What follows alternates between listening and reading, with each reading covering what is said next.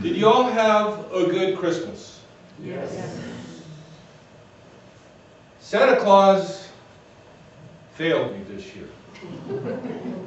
I asked for the audiobook version of Caltech's physics library so I could better understand Bob when he speaks.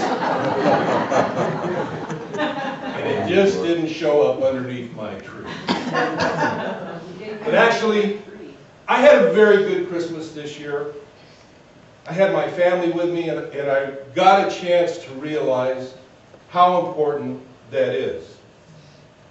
But I also realized something else, that my Christmas didn't end on Christmas Day. I'm right now still experiencing my Christmas with the gifts that each and every one of you bring to me today here. Yesterday I was at my office and a lady came in. She needed some help.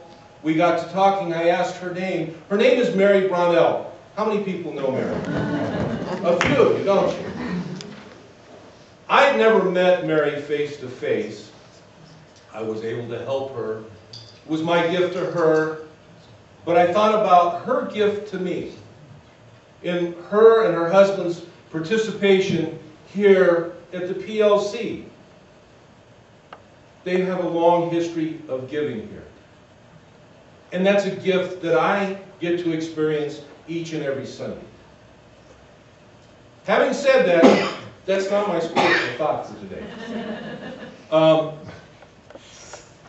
What I want to share with you is two thoughts. There are two stories, one I read and one I heard. They go to this time of the year. We're transitioning from the end of 2009 and we're moving into 2010. And the first story is about two monks.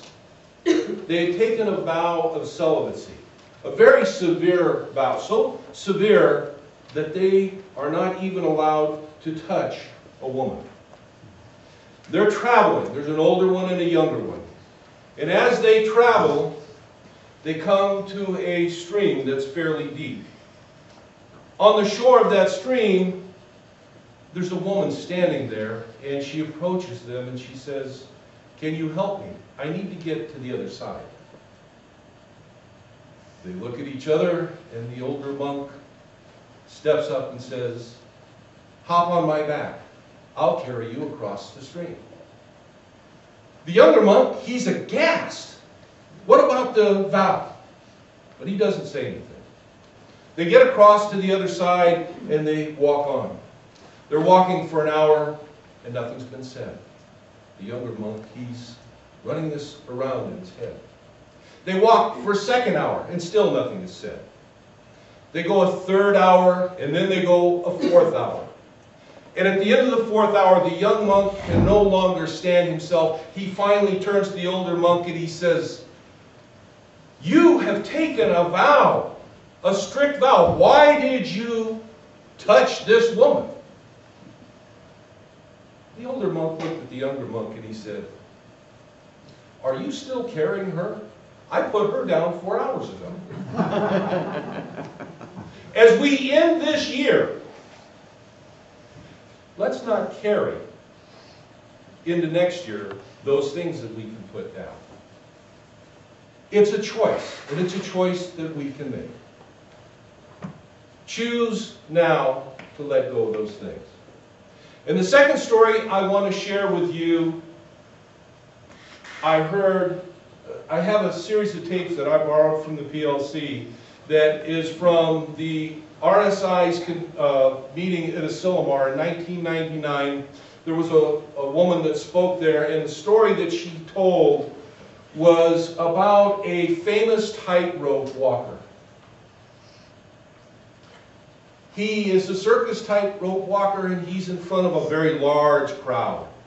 And he says, "If I told you that I'm going to walk a rope across from one building to the next, 40 stories up, and without a net below me, can you believe that?" And they said, "Yes, we we believe. He said, if I told you I was going to walk a tightrope 40 stories up blindfolded, can you believe that? And they said, yes, we believe.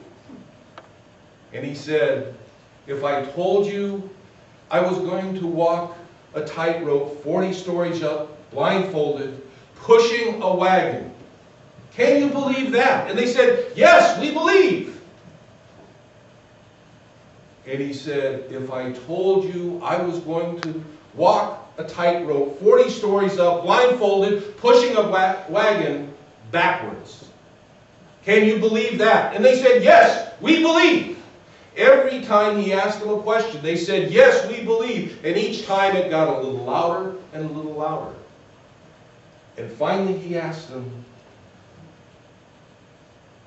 if I told you I was going to walk across the tightrope, blindfolded, 40 stories up, pushing a wagon backwards, do you believe enough to sit in the wagon?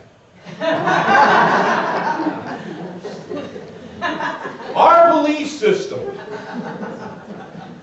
Ernest Holmes says, to the extent that you can believe, it is done unto you. Do you believe enough to sit in the wagon? And Happy New Year to each and every one of you.